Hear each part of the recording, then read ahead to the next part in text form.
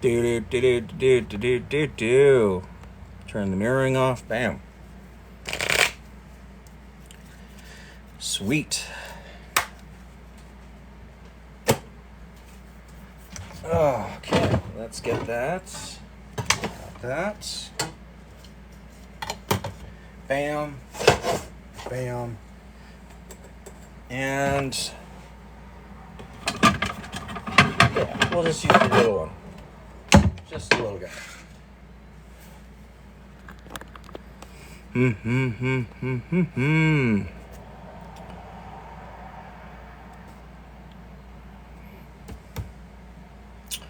Sweet.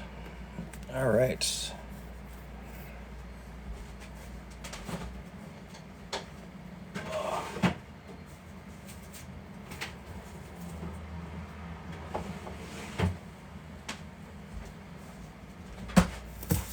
Do.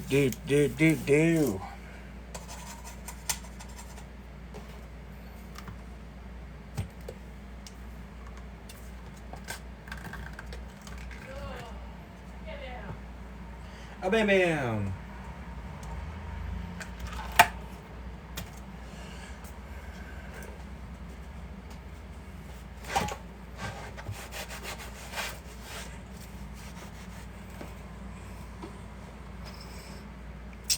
What is good? All right, we got a few people in here. Right on. How's everybody today? Rory, what's good?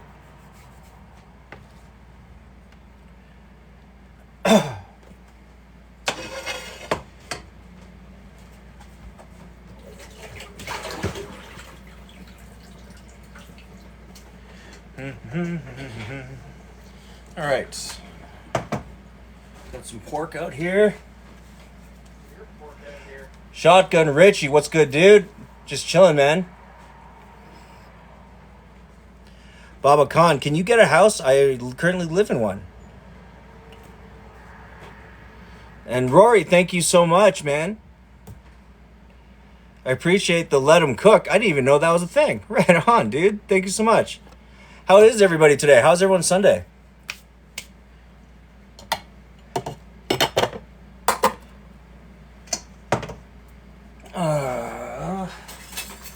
Yeah, this will work.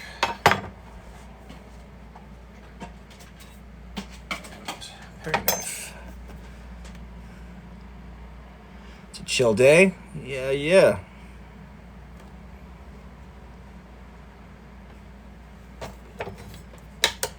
Okay. Well, I'm going to start by clearing off some of this pork tenderloin right away. Rice for life? Rice for life? Hell yeah. You know it, man.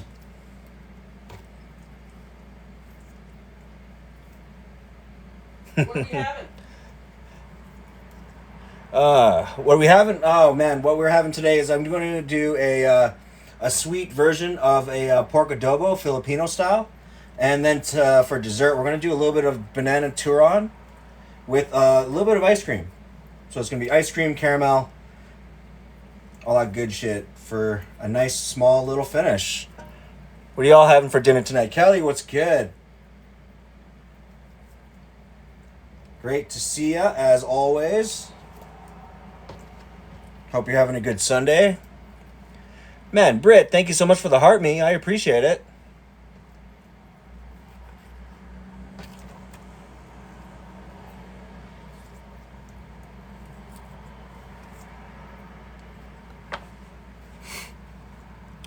Making clubhouses for dinner? Oh, yeah, dude. Throw some extra bacon on that thing.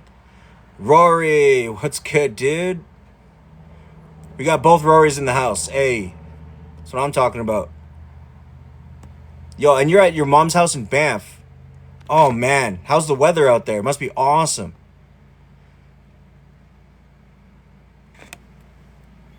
Yeah, dude. Turon with ice cream is going to be real good. Yeah, and I think it's a really nice, what do you call it? Just a nice, fresh kind of, one of those deep fried things that isn't going to be super, super duper heavy at the end.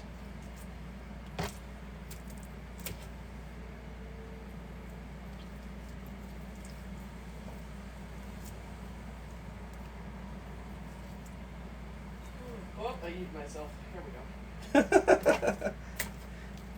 Okay, I'm just gonna just clear off some of this extra silver skin right here. Oh, look at that.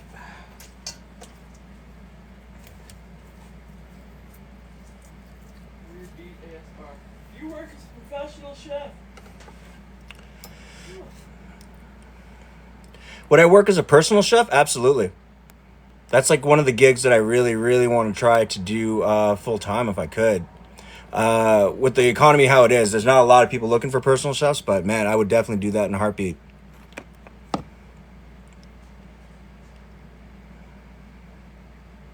Keep this guy away from children. Man, that means we got to move my 7-year-old out of the house.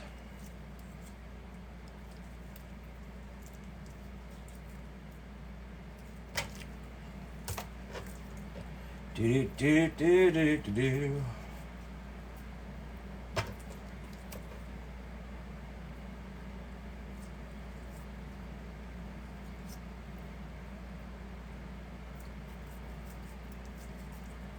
Okay, come on. There we go.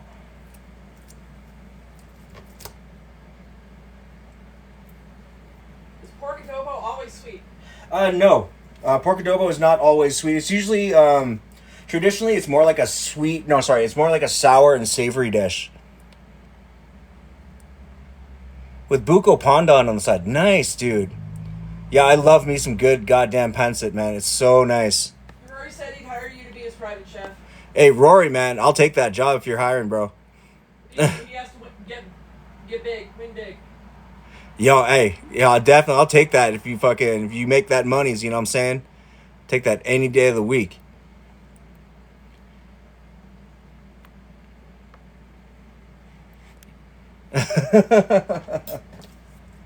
Hell yeah. Because again, I'm not opposed to working at a restaurant right now. It's just I really just don't want to. Right? The scene itself is kind of lame here in the city. Is there a Filipino rice or just plain rice will do? In most cases, plain rice will always do. But for this one, I'm just going to be doing a very simple, a little bit extra for the rice. So I'm going to be adding a little bit of curry spice, a little bit of sesame oil, and a little bit of just powdered ginger, just to bring up the aromatics in the rice itself. Yeah, you know what I'm saying? Just keep it super simple. But again, it's all about mounting flavors. Okay, so I have my pork more or less cleaned off with that extra silver skin. So it's not going to be super tough. And now I'm just going to go ahead and just break it down into small cubes.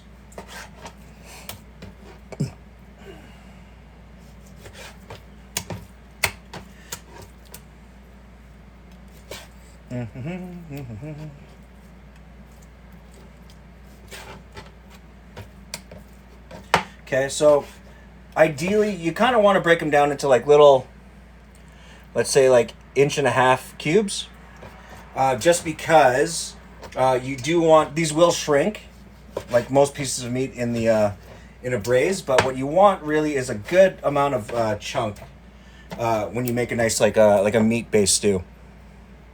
The nails, strictly because I can, sir. What is the perfect summer food? The perfect summer food? Oh man, in my opinion, it's like fresh grilled veg, and anything that's like barbecued. Because to me, that's awesome. Anything with like that nice charcoal grill flavor, anything to do with high heat, you know what I'm saying? Stuff you can smoke, stuff you can generally just grill. That to me really speaks for the summer. Yeah, watermelon and barbecue, so good. To be honest with you though, I got really used to like not necessarily barbecue. What was it, like grilled corn and things like grilled asparagus, stuff like that. Really kind of says barbecue. You know what I mean? Yeah, grilled veg, absolutely. Can you do beef cubes? Oh yeah, you can definitely do beef cubes. Because again, you can do like a beef adobo. Just what I would do is just go ahead and cut bigger pieces, so like stewing cubes or stewing sizes. And then what I would do is straight up leave it to braise for a much longer period at a lower temperature. Like it's still kind of at a light simmer, but you do want to I guess braise or boil your meat or stew your meat, sorry, for a longer period of time, just because again with beef it takes a little while for it to break down and become a little bit more tender. Right? So the length of time that you would usually braise out your beef for a stew, that's the time you want to take for this particular recipe as well. But I would also add in just an extra, whatever water I'm going to add in now, I would add in maybe double or even triple that, because you are going to stew it for a longer period of time. So you have to accommodate the amount of evaporation of the water. The water you braise more flavor? More or less, yes, more flavor, but it actually equates to what do you call it? A more tender and a more fall apart beef consistency, right? That's why you want to do it low and slow with a good amount of liquid, so it doesn't dry out, but at the same time, you're breaking down the tendons and the fat content within the beef itself. For a pork adobo, it should only take maybe max like an hour, because again, for I'm using pork tenderloin in this recipe. Oftentimes they're going to use what do you call it? You'll see a lot of people using just pork belly. Right now, that's actually a pretty good price, but we had tenderloins that we saw on sale. So instead, we just went with that. Oh, Ghostly, thank you so much for the follow, man. I appreciate you. Welcome. And Aussie Man Deus. Hey, thank you so much for the follow as well, man. And welcome to the live. You're going to love the community we have here. Okay, I'm just going to give my knife and board just a really quick rinse.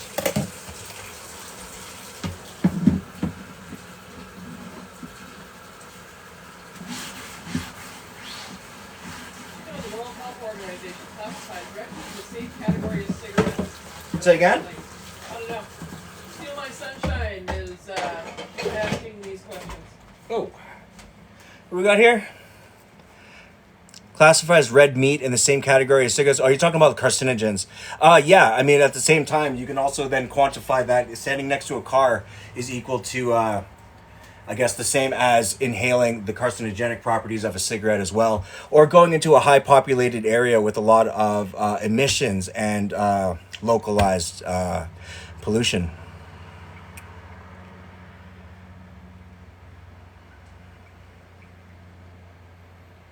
But I appreciate the information.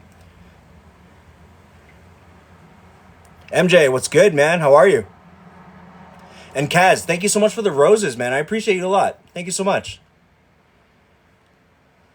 Yes, I did know. But I mean, at the same time, it's like the same people that say use certain cutting boards.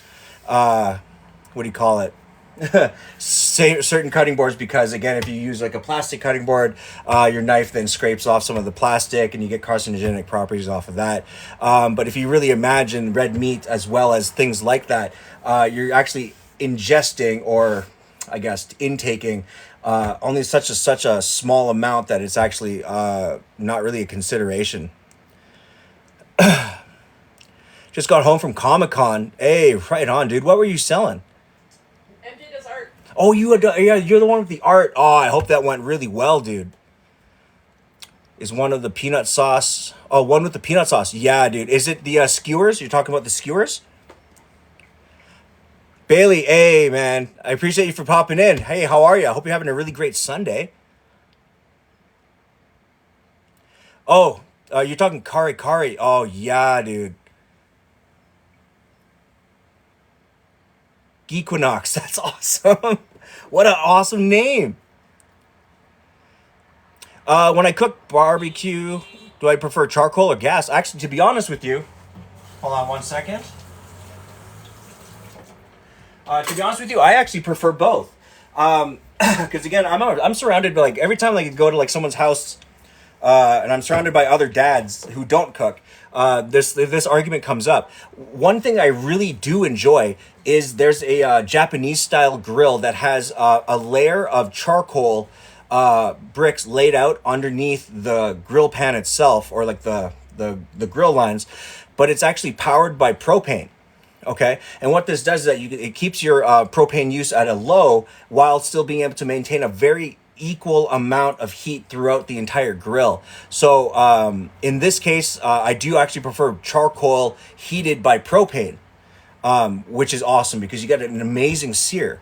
And that's primarily due to like there's like the Japanese type of flash grill.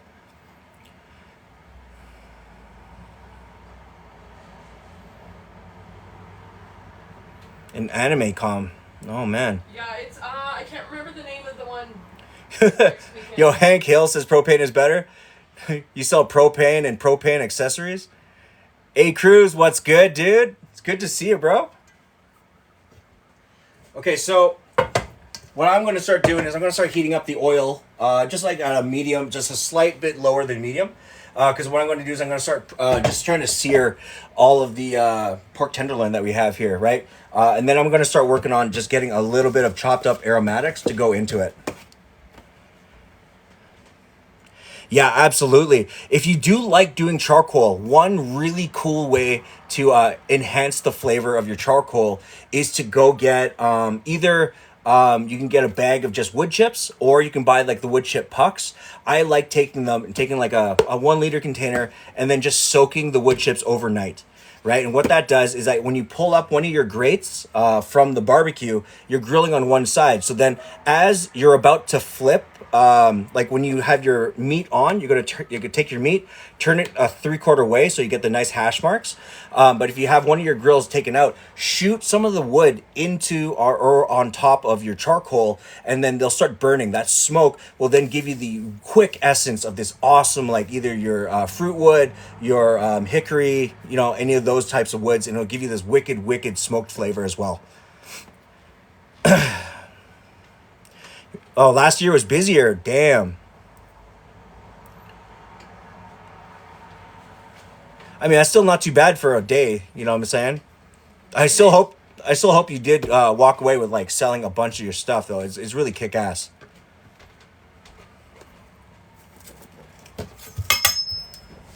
Okay, so I'm just gonna go ahead. I'm actually gonna chop up. In this case, I'm actually gonna use half a red and half a white onion for the turon. Oh, sorry, for the adobo.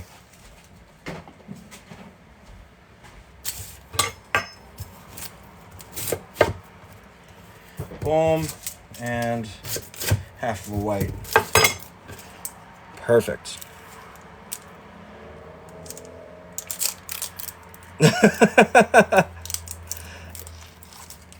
Yo, there's a lot of interesting people that go to the Comic-Cons, man. I love that. I haven't gone in like I think it's been over fucking a decade now. Can you fry a steak and finish it off in the oven? Absolutely you can. Yes, absolutely you can fry a steak in a pan. In like a lot of French restaurants, we don't even have a grill. That is exactly what we do. One of the biggest secrets is in a pan, like preferably a cast iron pan. Well, boy, what is good? And Joseph, what is good with you, man? How are you guys? Hope you're having a really great Sunday. What was I saying? Yeah, so when you pan fry a steak, it's actually best to just get the sear lines on your steak. So like sear it, boom, right? Then when you turn it, shoot it into the oven, right? If you want to finish it in your pan, one of the secrets that we use is you sear it with some butter, lots of butter, right? An actual sprig of thyme or rosemary, whole crushed garlic into the pan, and then you're just going to baste it. Baste it until the one side becomes nice and crisp. Give it a flip, and then you can go ahead and either shoot that into the oven or continue basting until you get to the doneness that you prefer. Applewood spice, absolutely I have. Applewood and cherrywood are some of my favorite woods to work with, other than hickory. Applewood spice. You can probably, I hate to say it, but you can probably find like applewood spice at like Canadian Tire or something like that. Yeah, they got weird cooking. They got weird cooking, yeah. Pretty good weekend, catching up on some rest. That's good to hear, man. Right on. You too. Yeah, same with Shannon. She's off for the week, so now she's able to just Full goblin mode. yeah, just rest her mind, get herself rested. You know what I'm saying? Do the thing. Okay, so the onions, I'm just gonna cut into about half-inch or quarter-inch pieces, right? Because you want this to kind of break down with the meat, but at the same time, it's going to it's really there just to kind of bulk up what's in the stew. At the same time, it's going to add all your what do you call it? All your savory notes to help complement the vinegar and all that extra stuff, right? China tire. Oh, absolutely, man. No worries. Yeah, that's the thing though, is that you can never, unless you go to like a place that is like very like barbecue specific, it's much harder to find those things.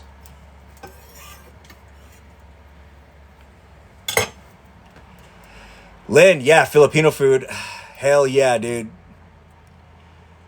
Yeah, and then also real quick too, we were able to find like pork tenderloins. I got like a whole 2 loins, and I think it was $7. So yeah, there's that. Canuck tire is weird. I'm not gonna lie, because the thing is, they really went away from, other than like car parts and paint, they started really selling like a crap ton of like kitchenware stuff. You know what I'm saying? Or is that just me that finds that weird? Because I'm like, they used to be like good at like a lot of things. Rory, no worries, man. I'll see you in a second. With red and white onions. Okay, so the real difference here with red and white onions is that red, it has a more sweetness and less of that astringent, spicy kind of nature to it, whereas the white is a more full-on, full-bodied onion flavor. But it does caramelize better than reds do, in my opinion. Yes, well, because the reason I'm working with pork a lot lately is because pork is actually a third cheaper than both chicken and beef is, as well as fish right now. So it just economically makes sense to do a lot of my dishes with pork. But a lot of the recipes that I do can be translated to other proteins, 100%. Silver Swan soy sauce. I guess it's like, it'll work as long as it's like a dark soy sauce.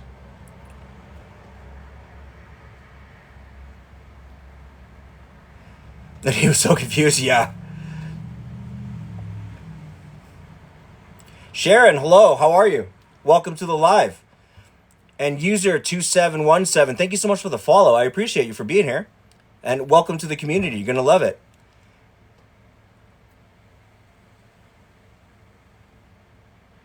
You have GERDs and IBS. Yeah, I hear that. IBS, I got like mad problems with like, again, cheese and like heavy creams and stuff like that. Mediocre Maine, what is good, dude? How are you? And Grandmaster Girth A, man, welcome. I appreciate you for being here as well. Hell yeah. So again, if you're new, man, by all means, ask any questions about food, recipes, what do you call it? Restaurant culture, chef's culture. If you have questions that you want answered for anything that you have coming up for recipes, by all means, go ahead, leave the comments in the comment section below. I'd be more than happy to answer anything that you guys got. And also, how was your Sunday? I hope you're having a really nice Sunday. It's been a pretty, what do you call it, pretty tame day, so hey, can't hate it, right? Rory, thanks so much for the whipped coffee, dude. I appreciate you, man. Trying to figure out what to do for dinner. What do you got in your fridge, dude?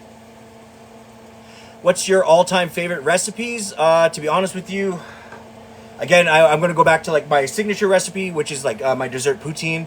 And then for an entree, I really enjoy a nice duck confit potato that's been nice fried crisped in duck fat and canola or peanut oil, if possible, or any of those higher-end oils. Charred broccolini, and then it's thinly sliced, cooked to rare onglet steaks. But if you want to talk about like some other good recipes, man, anything deep fried, bro. Like dank ass deep fried recipes are are my shit. You know what I'm saying? A good chicken sandwich goes a long way. Or fried chicken. I love fried chicken. Okay. If you have any like if you have any Mr. Noodles, I love Mr. Noodles. I mean, actually, technically, we don't use Mr. Noodle as much as we use Indomie at this current time. And there's also, what was it, the Mama's? The Mamas, yeah. Yeah, Mama's instant noodle. That shit is fucking fire as well.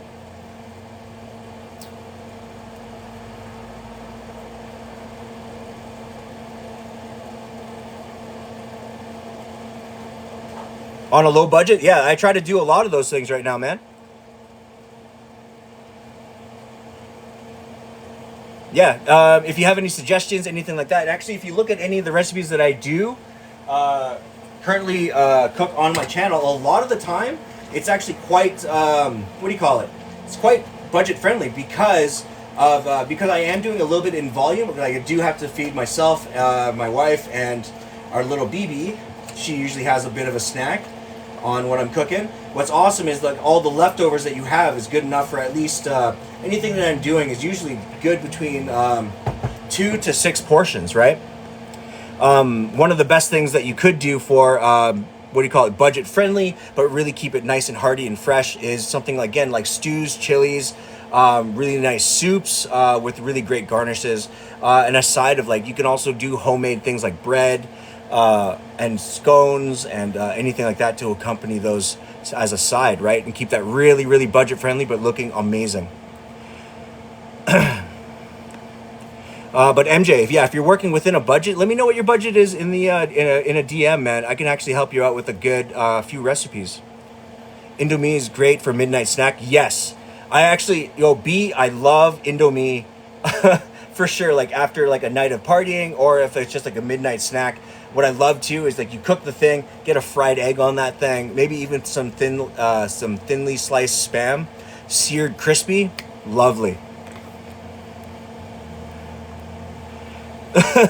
Yo, MJ, I got you, man. Because again, we try to keep things on this channel as economic as possible. Again, even the amount of pork that I'm cooking with, I believe it's like a little over 2 pounds, and it came out to $7 or even less. I think it was like seven. It was like $7, and usually pork right now, prior to this, was going for a pretty hard medium. The last maybe outside of a couple months ago. It just recently just went down to a crazy amount. So like that's when we've been hitting pork quite often. Pork belly a few weeks ago for dirt cheap. Yeah. We were playing with. Peruse until it's cheap. Yeah, just peruse. Because remember, what I like to do when it comes to like, economical cooking is literally just look at what's on sale in terms of like your proteins, and then build out from there. Most people can only afford chicken buttholes to curry. Maybe not necessarily. I do know a lot of people that when they cook when they do a chicken curry, they chicken buttholes, but they're not selling you the buttholes. What they are selling you is the little fatty bit at the end of the tail, or I guess gizzards. But even then, that's not really that economical. Chicken's actually going for quite a for quite a premium right now. Classic depression meal is 2 packs of beef Mr. Noodles with shameful amounts of Frank's Red. Hey, I've been there. Like I remember when Mr. Noodle was 39 cents with tax. And I used to only eat one of those a day as my actual meal for the entire day. At one point in my life. And trust me, if you do like that, one thing I do recommend is like save up a little bit of the cash, right? You want to buy yourself like a bigger version of one of these. These are hella cheap. And then go buy yourself some rice. Right? Because once you got the rice going, in the big bag, you'll have more portions of that versus having just like going serving for serving on Mr. Noodle. But then again, though, I remember being able to find Mr. Noodle at like bulk for less than 20 cents a pack. Yes, MJ, definitely make some soup and freeze some. But I also recommend that with chili, right? You do chili, you stretch it out with either potatoes or more conveniently rice because you got a higher volume. Yeah, that'll actually, in my opinion, do it. Rory adds cheese to the Mr. Noodles to make it creamier. Nice. That's actually a really great, because I remember doing that because of Chef Roy Choi. He introduced the idea of just putting like an American cheese slice in there, stirring it up, adding like chili crunch or like something like this to the mix. You're eating real good.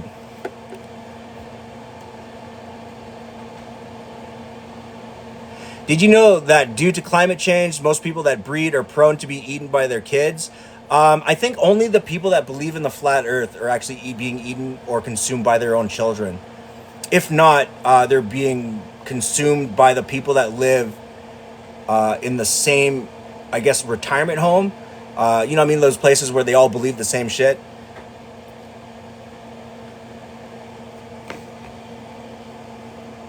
Yeah. Does anyone put cheese? Absolutely, yeah. The cheese slices in ramen is such a fucking banger. So good. Yeah, yo, hey, in mediocre Maine, if you're eating rice right now, also consider doing rice porridges like congis, or there's a Filipino one that has like if you buy a roast chicken, that roast chicken from the grocery store can do up to 5 or 8 portions. And then you can also take the bones once you've cleaned them, re-roast them with a bit of like celery, carrots, and onions. You know what I mean? Get them dark with a little bit of tomato paste. Throw that into a pot. You can just make that into some nice chicken stock, and put that chicken stock into the what do you call it? The rice porridge and soup, which I think is a wicked move. And then you serve that once you finish cooking that all up with the pieces. You can then just burn some garlic with a lot of oil. Boom, burnt garlic and a little bit of that nice garlic, burnt garlic oil on top. Squeeze a lemon or lime. You're good to go. Super hearty. Because when me and Shannon, like when we started going out or started living together, rice porridges were like a thing. You know what I'm saying? And it really depends on what kind of meat. Even if you're able to get like chorizo or anything like that to really give it some spice. If you don't have chorizo and all you got is like Spam, or if you got pepperoni sticks, that'll also work. Yo, chili crunch is fire.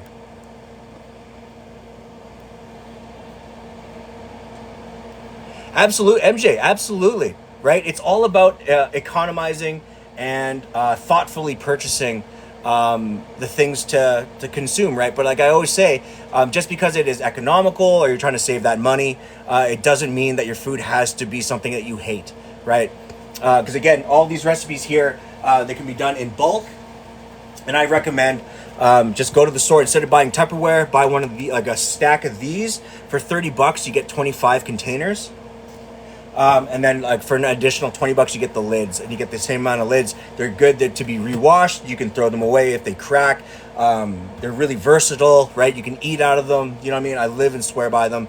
And again, it's just being thoughtful and economical about the way that we, I guess, approach food, because you can also use these for storing in your freezer. They're exactly 1 liter each, so if you're going to do meal prepping like sauces, soups, anything like that, they're amazing, because at least one of these will feed 2 people. All you have to do then is just go get yourself some nice bread, serve it on the side, and you're laughing. Yo, kimchi and the instant noodles is 100%. Sweet sticky rice, or you're talking about the one that's been like folded, either you're talking about the one that's been folded in the leaf, or it's a sticky rice and mango with coconut milk that you're thinking of. I mean, kimchi is a little bit tough to kind of get into, right? For some people. Yo, hey, see, now that's what I'm talking about. Potato and chickpea curry. See, I mean, even if you don't want to go out of your way to go get, what do you call it? The protein. That is what I'm talking about. Potato and chickpea curry that you can use literally to cook a lot of other things. Even if you were to save it, you can use that as a base. Because what I really enjoy, because if you already have a potato and chickpea or a potato and beans, like white bean curry, as a base, what you could do is then add more water to it. And then I like to actually go ahead and then just like add in like a big chunk mirepoix, so your celery, carrot, and onion, okay?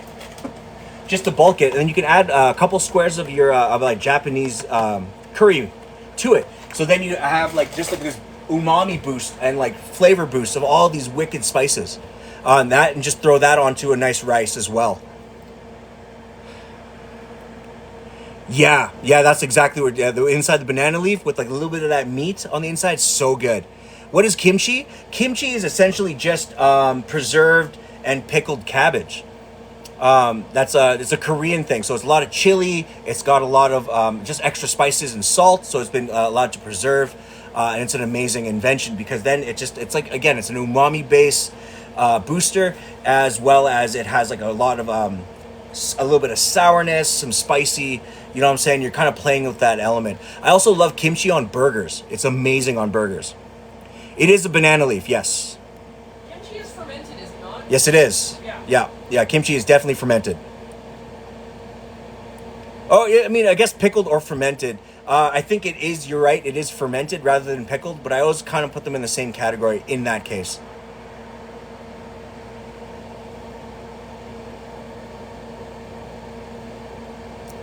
Nice, sweetie. Right on, dude.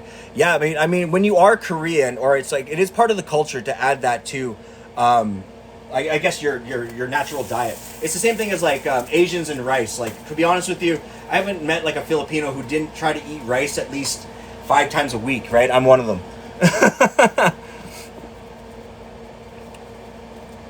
It does. Yeah, that's why you have to let it degas when you have it for too long, but it can spoil.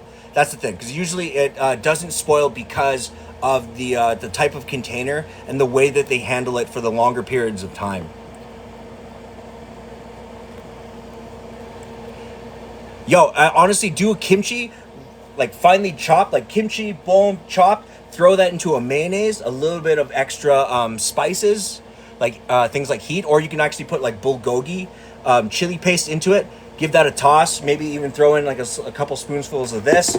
Boom. So you have like a spicy and sour and savory kind of aioli, right?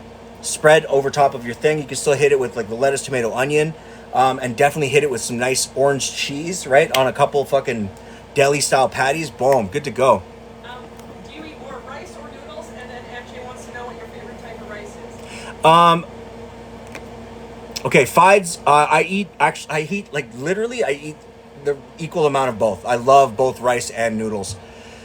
Because I honestly I don't even eat as much potatoes as I eat rice or noodles. And my favorite type of rice, it is basmati as well. Ghost, hey, what's good? How are ya? Traditional kimchi pots with water seal mechanism. Yeah, exactly. Because they always have to just retop the water, and they can just almost last forever. But the longer it goes, the funkier it is. Like 100%. Like the gnarlier that flavor is. Nice. Yo, hey. You got Filipino and Korean? My God. Yeah, you're eating fucking real good. Flavors like crazy. Your son-in-law, though, is like the food that he cooks like quite spicy or no? Or he keeps it really mild for everybody? Is basmati what they use for butter chicken? Yes. Yes, it is. Or at least I think it is. I'm pretty sure it is. And Enzo, what is good, dude? It's good to see you, man. All right, so I've been stirring the pork tenderloins. So now it has that nice white color. It's starting to get about 3/4 cooked. So what I'm going to do is I'm going to go ahead, since I forgot to pick up garlic, what I am going to do is I'm going to hit it with garlic powder.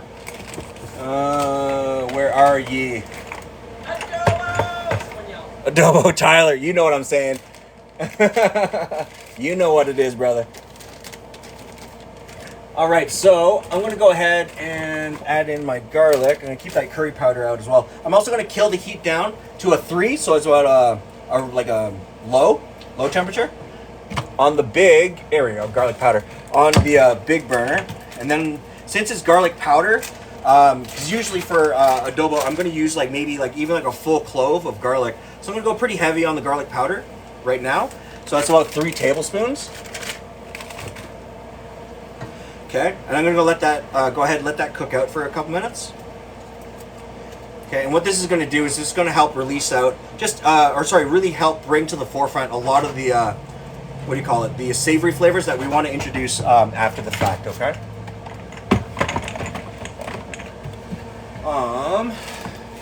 Spicy jars or in bags? To be honest with you, if you get them in the bags, they're probably cheaper. But because again, like when I started cooking or when I moved out, I was just buying all my stuff from the dollar store. So like those are all either small bags or really small jars, and they were usually just $1. So, I mean, it's worth getting. You know what I'm saying? Is garlic clove more flavorful with powder? Yes. Yeah, garlic clove, like fresh garlic, is way better than powder. But in terms of powder, just go a little bit more. Go heavier on the actual, go heavier on the dry stuff. But if you use fresh, by all means, use the equivalent of a full bulb for this recipe. You know what I'm saying? And Rafi, no, God is not the truth. Buddha is the truth. Doesn't matter. Like, does the bag or jar keep it fresh? Not really, to be honest with you, because remember. Say again. How you store it, like in your cupboard, if it's out of the way, away from moisture and stuff like that. Oh, okay. So, do you prefer jars? To be honest with you, how I store the spices, I just cut the thing off, boom, right up top, and then just keep them out of the sunlight. Because remember, anything dried, other than bay leaf, will lose flavor over time, right? So that's why I always say with, as well as like cloves, nutmeg, cinnamon, those things don't really lose flavor as fast as the other stuff does. Kyle, thank you so much for the follow, man. I appreciate you. Oh, you got rid of the Jesus freak? Cool. I mean, they can still hang out, but. Oh, okay. Well, then they can go ahead and watch, because I don't need to repent for shit. You get bags and put them in cheap jars? Yeah, man, that'll work too. 100%. The other thing too you could do is, to be honest with you, what you really want to do with your vinegar is you want to add it in, and then you're just going to let it reduce, right? What that does is it does intensify the vinegar, like sourness. But with that being said, you are then going to dilute it with, again, you're going to start balancing with your sodium and your sugar and all that good stuff.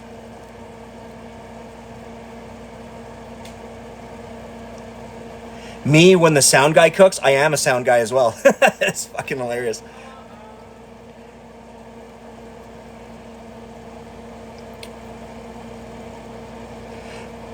Yeah, if the thing is, again, when it comes to adding your vinegar in, go slowly.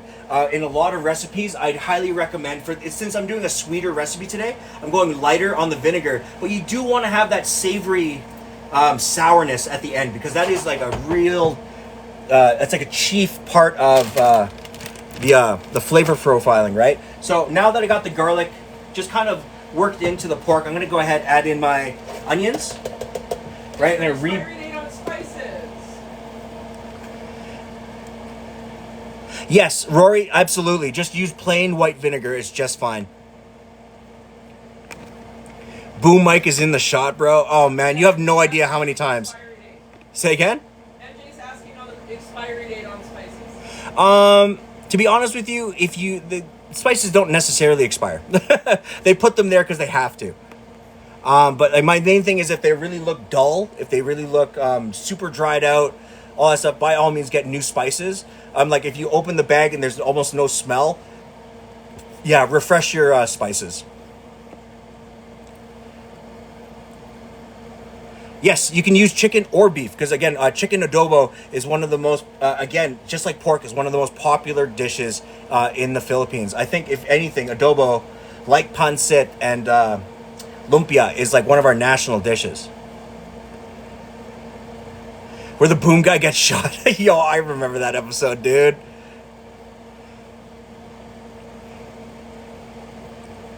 Yeah, no worries, MJ. Absolutely. But again, I would also recommend, if you're going to buy spices, yo, try out different spices. You know what I mean? Just get your hands in there, right? Try out different things that you never would. The only things I would stay away from is like marjoram, tarragon. Yeah. Just like weird offset spices that you're going to use just a little bit of, because at the same time, like, I remember having like, I keep forgetting what it's called, but like there's like a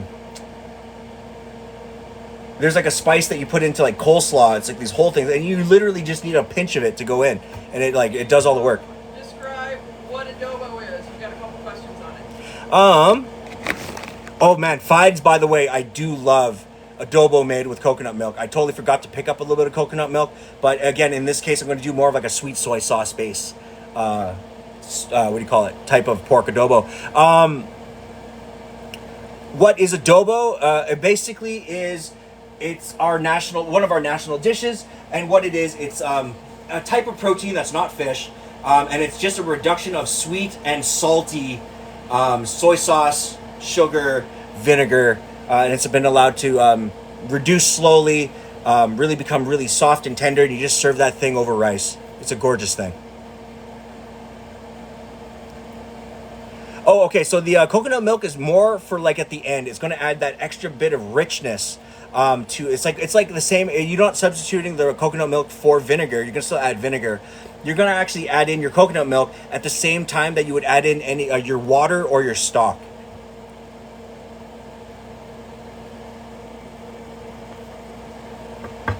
Okay. So I got my onions. All you really want to do is just get your onions softening, right? Just want to get them nice and soft.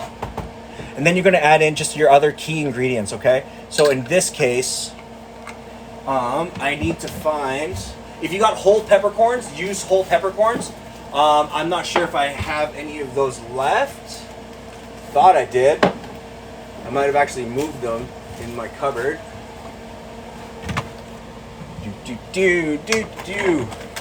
If you don't have the whole peppercorn, by all means, just use regular ground pepper. That'll work as well. Dark soy or regular soy?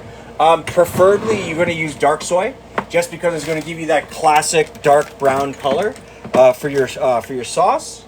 But if all you have is light soy sauce, by all means, just use that. You're good to go. Okay, I'm going to pull this. All right. Use what you have on hand. Yep, absolutely. Yeah. Because again,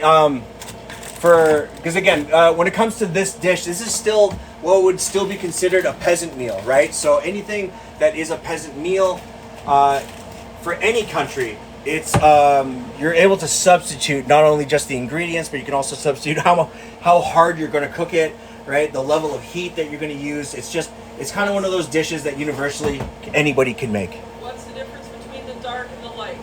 The difference between dark and light is, yes, it is sodium content as well as the darkness of it. So you get more soy flavor. And Sharon, thank you so much for the cloud bread. I appreciate you. Yeah, it really comes down to like, it's a darker, richer flavor that comes off of it. Which, again, if you really want to enhance, you're going to bring up a lot of that soy flavor. It's going to really impart itself into the dish. But if you use a lighter one, just go a little bit heavier on the light soy sauce. Okay, so I'm going to add in just 2 bay leaves. Okay. What's your 3 favorite cuisines? My 3 favorite cuisines in the world? Oh, man. Although, okay, I'm going to say this. It's going to be real controversial. Sorry. Although I am classically French trained as a chef. Oh, here we go. So I'm going to use peppercorns. In this case, it's like several different types of peppercorns, right? Christmas blend, right? So I'm just going to go ahead and toss a small little like handful, like a teaspoon or less, into there, all right? And that's going to be pretty much it for the basis of that. My favorite cuisines is Southeast Asian, or things like Thai, Malaysian, Singaporean, Cambodian, any of those shared Vietnamese, any of those shared lineage countries. That is like some of my most favorite food, hands down. And Lid, how are you? Welcome. And right now we are making, I'm working on some sweet pork adobo. I'm going to put the rice on next, but I'm going to try to get this seared and simmering as we go. So I have all my aromatics, all my spices in there that I'm going in. Fall Christmas love. I'm doing really well. How are you? And Benjamin, hey, thank you so much for the love you. I appreciate you. And thank you so much for being here. Mediocre Main, I was a massive Halo 2 fan. Someone asked you if you like ube with your, probably with halo halo. Oh my lord, yes. Ube with halo halo. Whew. My God. You know what I'm saying? Like, hey, Lid, thank you so much for the bubble tea. Oh my lord, thank you so much. Anyway, Fides wants to know what the other 2 quizzes. Oh, South Asian, and like the 2 others are like, Cambodian, Thai, Malaysian, Indonesian, Singaporean. I know that Singapore is actually like a city or something like that, but like it's a very distinct culinary style from that part of Asia, as well as like, just those groupings from that area is just like some of the best cuisines, right? A lot of it's influenced by not just the French; it's influenced by the by Indians that had crossover, not colonialism, but crossover trade routes. As well as, like, I love Filipino food, but I grew up with it, so I always try something a little bit different. I love, like, I like things that are Brazilian as well. And Ryan, what's for dinner? We're doing sweet pork adobo with rice, and then for dessert, we're gonna do a little bit of turon with ice cream on top. So it's gonna be like a banana split, but fried and melty. It's gonna be awesome. And Gabe wants you to make a funny noise. Gabe, oh man, how are you today, dude? You need a funny noise. Damn, let me think about that for a second, brother. Yeah. Sometimes you gotta be careful, especially with like things like Thai or Cambodian food, super spicy. But totally worth it. 100% worth it. You gotta make a funny noise. Hey man, I appreciate you for being here too. And Gabe, let me just hey,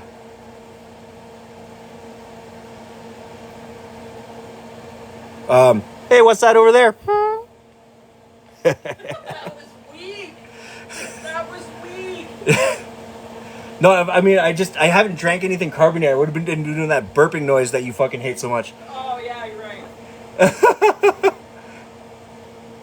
Yo, PK, yeah, Kool-Aid Man's in the chat. Oh yeah. What are my favorite French dishes? To be honest with you, oh man. First of all, it's definitely a creme brulee. No, fuck that.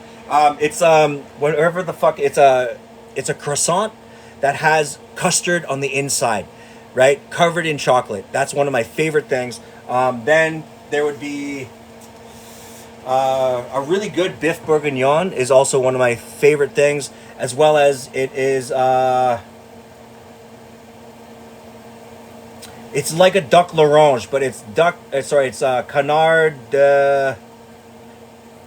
It's basically it's an ancient dish where you basically do a roasted duck, cut all the meat off, then you're gonna like break all the bones, take the bones, mix them with a little bit of beef stock. You're gonna mix it into a bowl. You're gonna put it into this like archaic press, and you're gonna press it out, right? And it's gonna make duck gravy from the pressings. And you're gonna serve that over top of like just whipped potatoes and roasted parsnips. It is one of the most oldest school dishes on the planet. Rory wants to know, do you add wine or something like alcohol in cooking? Because I don't drink. What can you substitute? Okay, so if you don't use wine or alcohol, which is just fine, you can also substitute non-alcoholic wines, non-alcoholic beers, because they have the yeastiness and the flavor of those. If you don't want to use either one of those, I highly recommend. You can also substitute a little bit of something like juice, like apple juice, cranberry juice. You can also pineapple juice is actually a really good substitute for a lot of things. And you can also hit that with just a touch of vinegar, just to bring out some of that sourness that you'd expect from some of the alcohol. And Claudine, thank you so much for the rose. I appreciate you. Iron Maiden in the house, dude. How are you, sir? Yo, spicy food will put you in the hospital? Yeah. But remember, a lot of those things that come with spices, especially in Asian cuisines, you can still, you can still have without chilies, 100%. And Claudine, thank you so much for the follow. I appreciate you. What's adobo? Yo, and Rory, thank you again for the let 'em cook. What is adobo? Something sweet and sourish, yeah. What is adobo? Lambo. Adobo is basically just any type of meat that isn't fish. So it's your pork, chicken, beef. It's going to be cooked with some onions, some garlic, bay leaves, some peppercorns. And right now, I'm going to be hitting it with a little bit of soy sauce. Right? This is for a nice, rich, dark color. Right? A little bit of fish sauce for that really good. Again, we're just building umami flavors. Right? And building on the sourness. And on top of that, I'm going to be hitting with just a real couple of tablespoons of white vinegar. And what is turon? Turon, okay. What is turon? Basically, It's a dessert spring roll with bananas. Okay, so now you can see it in the pan. Starting to, that soy sauce is in. Get that nice, gorgeous flavor building. So what I'm going to do here is I'm going to allow the soy sauce and the vinegar just to reduce down, and then I'm going to add in a full liter of water.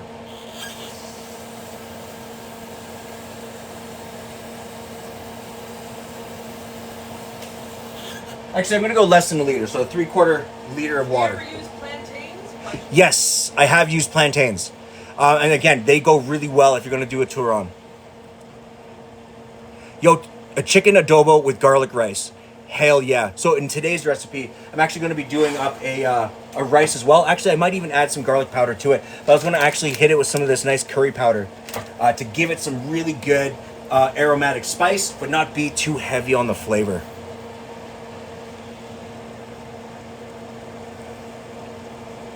So hot, you got sick. Oh, I'm sorry to hear that. Because again, sometimes people got that like mad IBS and they can't take the chili because their stomach won't take it, you know? What are your thoughts about people saying French, Italian, and Chinese are the 3 best cuisines? To be honest with you, I mean, I don't hate them, but I do find as a person that I find, okay, here's how it is. French food is too plain. Italian food is basically the same dish 50 million different ways. Right? Same with their pasta. Pasta, just like noodles in Asia, are basically the same thing, just cut into different shapes.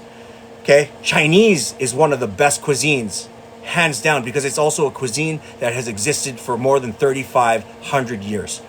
Right? In like history. You can actually see it in other countries' historical books when they did trade embargoes into Asia, right? Indian and Chinese are the two most notable cultures for their cuisines, even in history, in which I find is amazing. Yes, this is Filipino. To be honest with you, they used actually it's not this kind of banana. It's actually a shorter, sweeter version of a banana that has the elements of a plantain. So it's much stiffer, but just as sweet as like a regular ass yellow Caribbean banana. In this case, vanilla ice cream, we're not going to use vanilla. We're actually going to just use up the Neapolitan. Actually, do you want me to use for yours? Do you want me to use the guava? Yeah, I want guava. Yeah, because I picked up this really kick-ass. Here, I'll show you. So my man was at this Wicked Market. He was selling his cutting boards at the market yesterday, and a person was selling Caribbean taste ice cream. So this one is the guava cheesecake. So I'm going to be serving this one for Shannon's Turon Sunday. Okay, so now as well, oh yeah, dude, I'm getting a nice reduction on the soy sauce. I'm going to go ahead and add in my 3/4 cup or 3/4 liter of water to it. Okay, and I'm just going to hit it with a touch of, not beef. I'm going to hit it with a touch of chicken stock. Maybe about a tablespoon's worth, and just a teaspoon of mushroom powdered stock as well. Just because again, it's about building depth. And the chicken stock, I mean, that's just a no-brainer. It just adds this like level of not necessarily sodium, but it adds this like kind of meatiness that you can that will help benefit that dish. Wild banana, yeah, sort of. Wild bananas, though, I don't really recommend using, because if you've actually seen like a wild banana, and Jesse, thank you so much for the follow. I appreciate you. If you've ever seen a wild banana, there's so many fucking seeds, dude. It is nuts. I mean, flavor is amazing, but like the amount of like large ass seeds just all through the fucking banana, it's crazy. To be honest with you, I just like the simple nature of the chicken stock, where chicken stock is really, you have the chicken flavor, but it's more about the mirepoix flavor, so like the carrot, celery, onion-ness of the chicken stock, rather than beef. Beef really relies on the dark bone broth nature of the powdered stock, as well as they both equally have the same amount of sodium. So really, I just wanted to go for something that didn't overshadow the pork-ness of the dish. Yes, we do have Bulk Barn out here, 100%. Yo, and it's amazing for like finding good deals on bulk amount of foods. Which ice cream? I'm going to be using like a small batch pint of guava cheesecake ice cream that I obtained from a local producer here in town. Here, I'll even show you their brand. Again, not a sponsor, but I do love they have one. This is from Caribbean Taste, located here in the city. That's their Instagram. It's Caribbean Taste _CA, right? These guys, I tried their coconut and dulce de leches ice cream, and it is fucking incredible, right? Real pieces of baby coconut in it. The dulce de leches creme was just amazing. It just sat really well, really clean on the palate. Yeah. What's my go-to spice? Man, kind of anything. Like I guess for me, chilies. Like I love different types of chilies, as well as Asian. Like I guess Asian 5-spice is one of my favorites because again it has a combination of the cloves. Say Montreal steak spice. Oh yeah, but yeah, I mean it depends. If it's if I'm talking about just like straight like burgers and shit and steaks, Montreal steak spice. She's right. She 100% is right.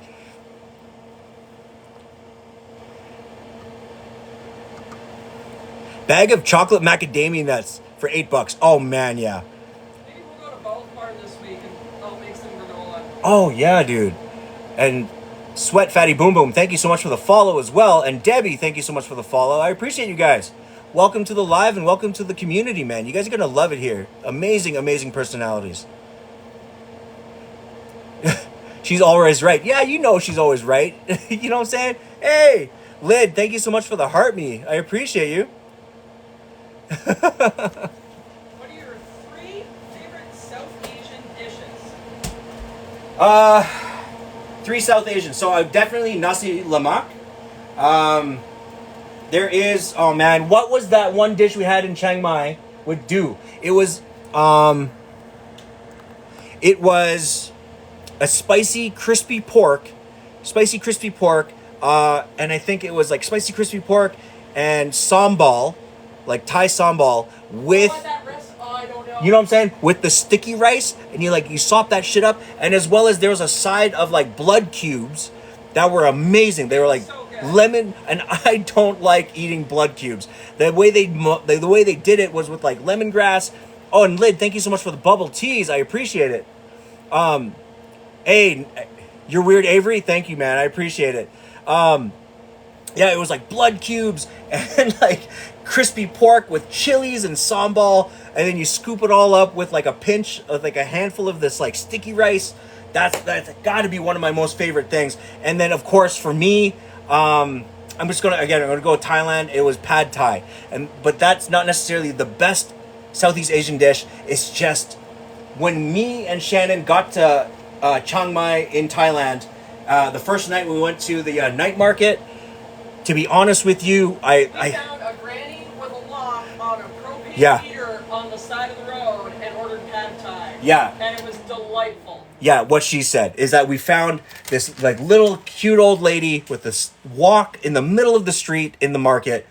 We paid 50 cents for the fucking pad Thai, and it was the best pad Thai we had in Thailand, dude.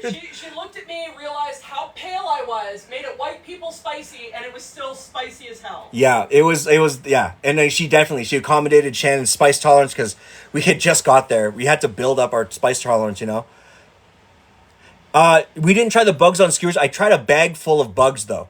Like, it was like ants, yeah, you did. ants, grasshoppers. No, it was ants, mealworms, and something else. It wasn't bad. They put so much fucking... Worms were alright. They were not bad. Like, it just... You could tell you're eating bugs. I'll be real. Like, the flavor was incredible, though. It's just that, again, I would do it again. It's just that, like... Oh, man. I think I would do the ants. Like, the texture was, like, it's not just crunchy. Yeah, it's not only just crunchy. Yeah, lots of protein. But remember, guys, like, I'm a nose-to-tail guy, and I try to pride myself on being as adventurous as humanly possible, just because, especially in this world, we gotta try things. We gotta be open to trying new experiences, because if we don't, man, you know what I mean? We just end up missing out, and I don't like the idea of missing out on food when you know it could just be like I like hitting food before it becomes popular. How does that, like, you know what I mean? Okay, so now I'm going to go ahead, turn down my heat to a 3, and I'm going to go ahead and start my rice. Okay, in this case, I'm just using, I got jasmine on me today, so I'm going to run with this. All right? Oh, yeah, that was the stuff we picked up. From the Korean place. Yeah. At H-Mart or something. H-Mart, yeah. Yeah, actually, yeah, that's right.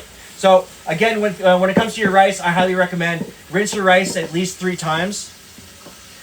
What this does, it just kind of, the first kind of loosens up all the cell structure or the coating on the rice, right? Gets rid of the initial dirt.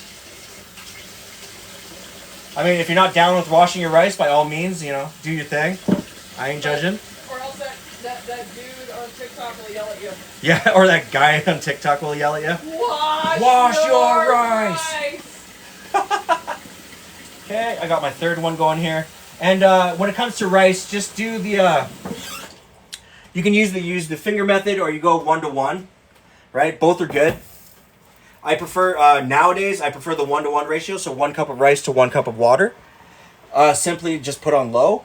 So I'm gonna transfer it to the back burner. Actually, no. I'm gonna wait for the back burner for a second, right? So then for this, what I'm going to do is I'm going to go ahead and add in just some simple spices, just to kind of give the rice just a little bit of aromatic flavor, okay? And Simi, thank you so much for the follow, dude. Appreciate it. Yo, and Liz David, 100%. Everything, especially, oh my God, especially if you go to Asia, try everything at least once. You know what I mean? At least on the plus side, when you eat there, it's relatively cheap. You know what I mean? And Baloney, thank you so much for the follow, dude. I appreciate it. I love the name. Yeah, 100%. Give everything a try as much as humanly possible when you're there. You know what I'm saying? And again, I also recommend, if anybody does go to Asia, any part of Asia, street food, man. Street food is like gotta be the most warming food of all time. Like, restaurants are dope, but like eating food that comes from a street stall off the, you know what I mean? It's just amazing. Right? There's a lot of hominess to it, and you know that it's good because like usually street stalls, they have like 3 items, and they do those 3 items really fucking well. You know what I mean? Okay, so I got some curry spice in there. I got some sesame oil. All right, and again, I'm gonna hit it with just a little bit of chicken bouillon, just to bring up that savory note, and a little bit of sushi rice seasoning. Right, so this is going to act as like a little bit of that sour flavor for this rice, because this rice particularly comes out a little bit sticky. So I do kind of want to have a stickier sushi type rice. Sharon, how are ya? How's you guys' Sunday? How was your Sunday doing? Okay, so now I'm going to go ahead and just shoot this into the back. Turn this heat off, and then shoot this into the back at a 5 until I start seeing a little bit of bubbles. Then I'm going to shoot it down to low and let it do its thing. Okay? Excuse me. Okay. Oh, and I forgot. I'm going to actually add in just a little bit of garlic powder to this as well. Just because somebody mentioned garlic rice earlier. I'm like, golly, that sounds fantastic. Yeah, that's going to be nice. Because again, garlic rice is an imperative part of Filipino culture as well. Okay, so next up, I'm just going to go ahead and start wrapping up. I'm probably going to just do like maybe 3 or 4 little turons that I'm going to sear or fry up in just a pan. Okay. What am I doing? All right, I'm going to grab... there it is.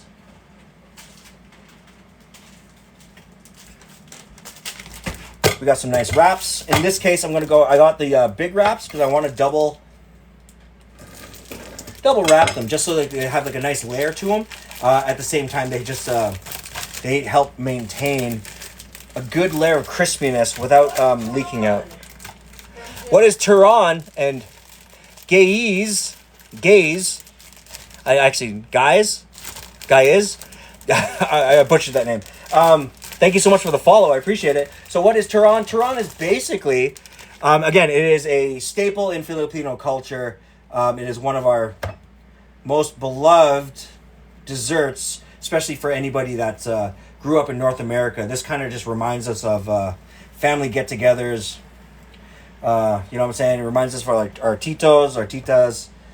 They used to make this all the time by hand, and what it is, it's basically a banana spring roll for dessert, and it's amazing. Bubblegum, how are you? Welcome. Okay, so in this case, I'm going to be using just, I got the nice large spring roll wrappers, right? I think I'm going to do about, maybe 4 or 5, just so I have a few good ones, because I love this dessert personally. Okay, here, I'll pull this one, because this one isn't ripped. Wow, right there. Okay, and then when dealing with spring roll wrappers like this, it's good to make sure that they're room temperature.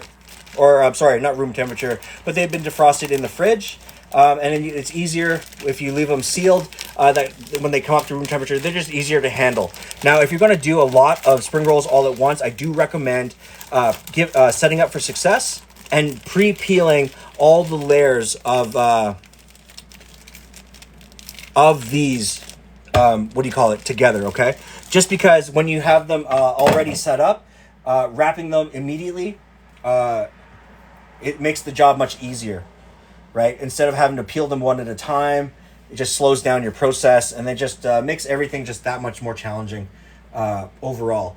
At the same time, it's nice to have them ready to go, and all you have to do is execute, right? So that's 3 there. So yeah, I'll do 6. I'll do a half dozen.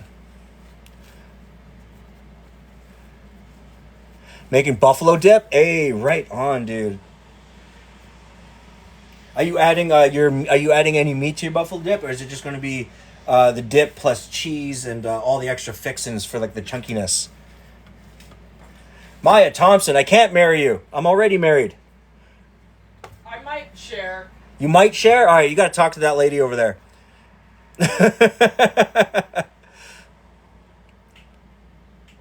Yes, absolutely. Anything to make it much, much easier. All right, so since I'm going to make 6, I'm going to just go ahead and you're going to split this into... How do I actually just accommodate 3? Okay, I'm just going to cut these into 3s. Right? And then give them a split. Boom. What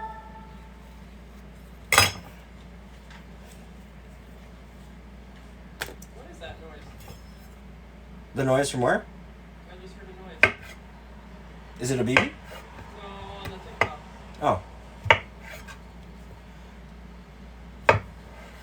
Oh. My window is open. No, it was like a beep from the app. Oh. Huh. I don't notice anything on my phone right now. Weird. Yeah, strange.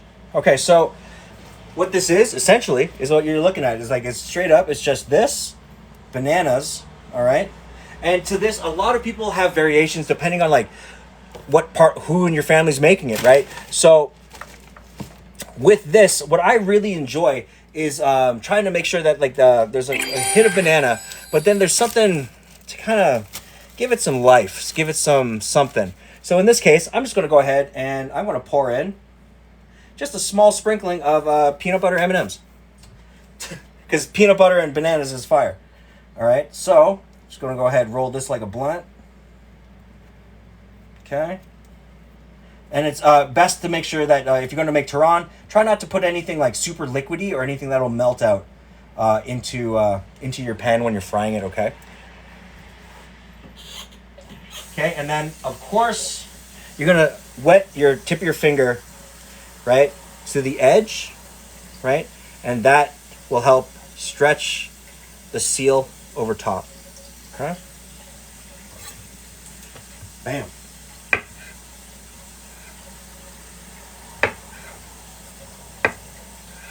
Okay, again, go nice and thin. Bananas are room temperature, so you just give them a little quick smush. A little smushy smush. Y'all know what I'm saying. We Canadian in here. It's all good. All right, and again, yeah, you're gonna try to roll it like a backwood. not like a coner. You want to actually make sure that it's like really consistent all the way through.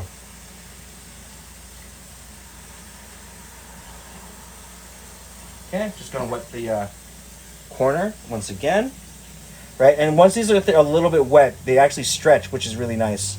So you can go ahead and stretch that thing nice and evenly. Hey, JB Styles, you too, man. I think this week's going to be really great for everybody in general, right? Because it's May, summer's almost completely here for everybody. Not necessarily for us in Calgary, but I mean, we're almost there for everybody. You know what I mean? Forgot, I'm going to actually keep this this rolling in the back, just on a little bit past just straight low. Okay, just go like that. Just give that a smush.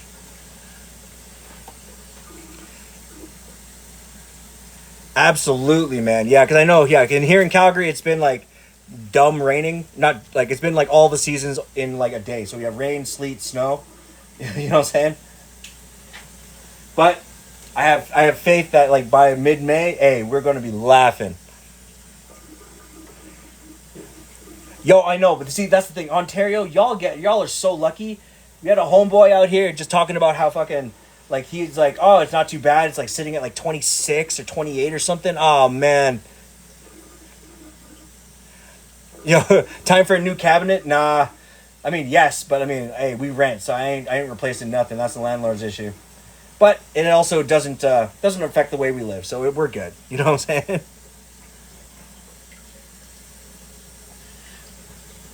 All right. Hey, Slade! Slade, what is good? Yeah, long time no see, man. How you been? How's your week's been, bro? Great to see ya. Oh, yeah. When you install the AC, it's hilarious. It really depends on what kind of AC unit you got, you know what I mean? It's been great. Hey, that's great to hear, man. Yeah, we've been just chilling, man. You know what I'm saying? Summer things in the city are starting to ramp up, even though the weather doesn't agree with it. But, hey, overall, can't complain, bro. Okay, so again, I'm going to cut these into threes. I'm going to thin slice these motherfuckers right here. All right. How are we looking? Yeah, it's starting to get to a simmer, so I'm just going to go ahead, boost the heat down just to a nice 2 or 3, just to bring the heat down, and then just let the rice kind of just proof on its own. Okay, so I got that. A little bit of peanut butter powder. Bam. Whap. Okay. Give that a roll up right here. Bam. Hey, Tamara, thank you so much for the follow. I appreciate you. Yeah, Southern Ontario is plenty warm. God, I wish. Yeah, Slade, man, it's always good when you're here, brother. I do appreciate it when y'all pull up. You know what I mean? It's always a great time. Stephanie, thank you so much for the follow as well. I appreciate it. Forgotten Senior, hey, you're back. Right on. Welcome.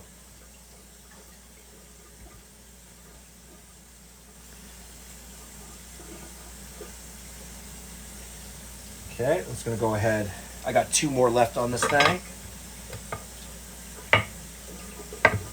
And at this point, we're pretty much just going to fry up the turons, just so that they can get cooked, get allowed to chill, and then it's not like eating searing hot napalm. I think by that time, the adobo should be pretty much good to go as well. I'm just going to just try to get this back up to a nice, easy simmer. And the rice by then as well should be good to go too. Going to Toronto next week? Hey, right on. Are you going to like Toronto proper? Like I guess the central Toronto area? Or the GTA? Or GTA?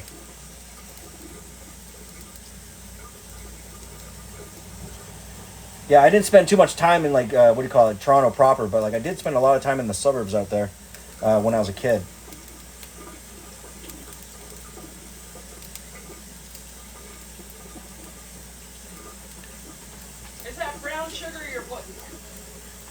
Brown sugar? No, it is crushed up peanut butter M&Ms. Just because I love peanut butter and bananas. So since I had like some crushed up peanut butter or some peanut butter M&Ms left over, I decided, hey, fuck it, we're gonna use that. Right, that'll also help kind of amalgamate the bananas together, like really get them to do their thing and stick. And then I'm also going to be finishing with just a little bit. Yeah, I'm also going to be finishing with a little bit of sugar on top during the frying process. What that does is that it'll help create this really kick-ass, like sugary crust on the top of it. Can I do a milkshake recipe? Absolutely, I can. That will definitely go on the list. What's cooking? Or what we cooking from Mood Pope? Mood Pope, we are cooking. No, we're cooking. We're going to be doing. We are doing a sweet pork adobo with some nice seasoned rice, and then right now I'm just rolling up some banana turon for dessert. We're going to be serving this underneath just a simple scoop of Neapolitan ice cream. Hey, thank you, Mood Pope. Thank you so much for the roses, man. I appreciate it. As well, how is your Sunday? I hope you're having a really great day. Hope it's a really nice, easy one for you. Nothing too stressful, I hope.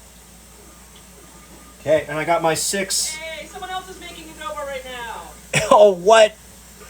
You're making chicken adobo right now? Jeannie, right on, dude. Out of curiosity, how do you like your adobo? Do you like yours to be a little bit more sour, or are you a very like sweet and savory kind of a person when it comes to the dish? And Jeannie, thank you so much for the roses, man. I appreciate you. Oh yeah, that's the shit right there. God damn it. Middle. Middle? Great answer. Nice. Love it. Okay, so for this one, it's still a little bit on the more savory side. So what I'm going to do is I'm just going to go ahead and add in just an extra 1, 2 tablespoons. Cooked gluten-free. Absolutely can be gluten-free. Actually, technically, this right now is gluten-free. Because we haven't, other than the stock powder, you'll have to find stock powder that is gluten-friendly. Like gluten intolerant friendly. Other than that, and soy sauce. Like your soy sauce, your fish sauce, make sure that those are all gluten-free soy sauces and fish sauces as well. Same with the vinegar, right? But it can all be done gluten-free. Yo, hey, Jeannie, thank you so much for the applause. I appreciate you. Absolutely. Yo, Andrew, actually, if anything, please just go ahead, DM me, say you're requesting the chicken adobo recipe. I will be happy to send it to you, no problem. Pork adobo. It is pork adobo, yeah.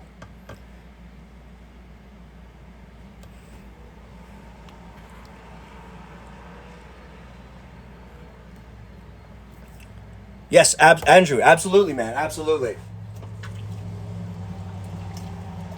Anything that I can help you out with your at-home cooking journey, by all means. And just so you do know, I have Andrew. Thank you so much for the follow. And just so you do know, my experience the last 5 years, because I've been out of kitchen since September, but the last 5 years of cooking, I spent it at a retirement home.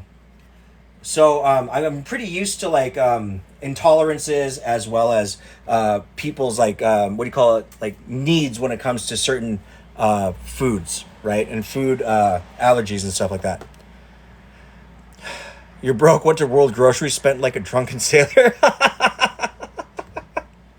Yeah, dude, it's hard. Sometimes it's hard when you, same with my wife. She'll see some like crazy shit that's like massively Asian, and she's like, oh, and then it'll just be in the cart. Yeah, that's what happened when we went to H Mart last week. That is true. Yeah, we went to H Mart and it was like crazy. To be honest with you, as long as like there's a lot of good vegetables in there and has a really great flavor profile, I can't complain. I love veggie spring rolls. I mean, I do. Again, I'm a carnivore, so like I do really love like a nice pork or a nice beef spring roll. But at the same time, like if it's just like a nice clean veggie spring roll with some nice plum sauce, I can't complain. Right? Always fire. Sense by Tracy, thank you so much for the follow. I appreciate you. That's awesome. You're going to eat great for a while. That's awesome, dude. Yeah. Yo, I know. It's the thing about, I guess when you have intolerances and stuff like that, I don't think that's a bad thing that you have standby recipes that can be kind of universal. What I will say though, if you want gluten-free, it's carnivore, yeah, fuck yeah, dude. If you want to do gluten-free, I highly recommend go out and buy yourself a Thai food cookbook. That place can honestly, like, it's so universal in the way of their foods that, like, you can be vegan, you can be vegetarian, you can be gluten-free. The only thing that you can't really do successfully, in my opinion, is nut-free, like sesame and peanut-free. You can, but it'll be a little bit tricky. But, like, for, like, gluten intolerances and, like, different types of carbohydrates and, like, stuff like that, you have one Thai cookbook. Which one is it?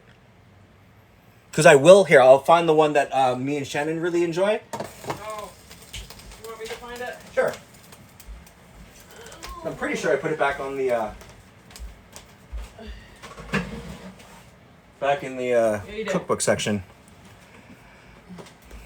Here it is. Yeah, so I highly recommend, again, not a sponsor, but this.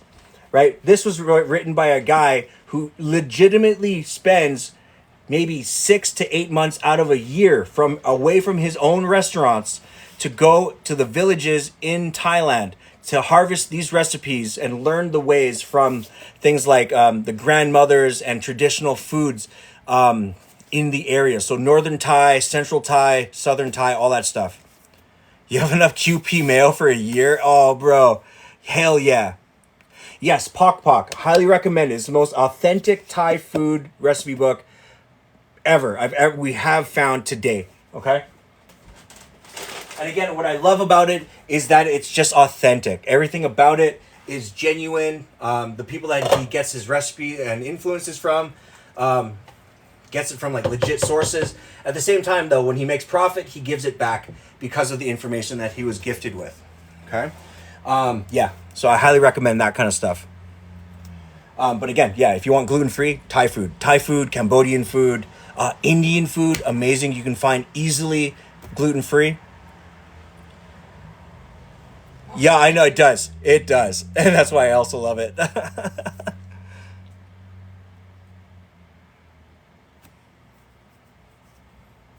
Nice. Yeah, absolutely, man. Like I always say, try everything. Try as many different cuisines and different things that you wouldn't often try normally, right? And I always say that to people who don't have intolerances. Like if you don't have an intolerance, I'm surprised a lot of people don't go out of their comfort level, you know? It's hard. Yeah, for me, I love just digging into a culture and just trying out their food, you know what I mean?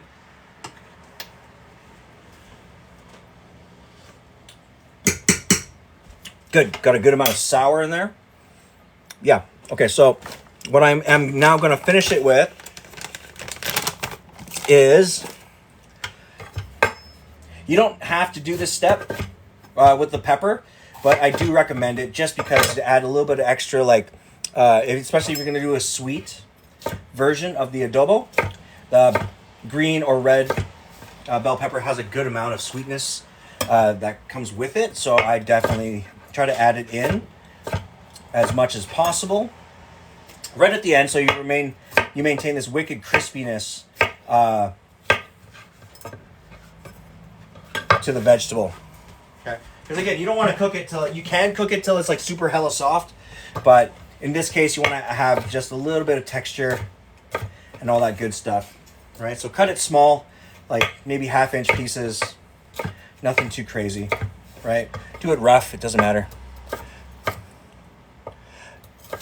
Newt, a celebrity? Hey. Well, thank you so much for the follow. I appreciate it. And Pinoy Spotter, yes, I am Filipino flavored, sir. Appropriately named. Yeah.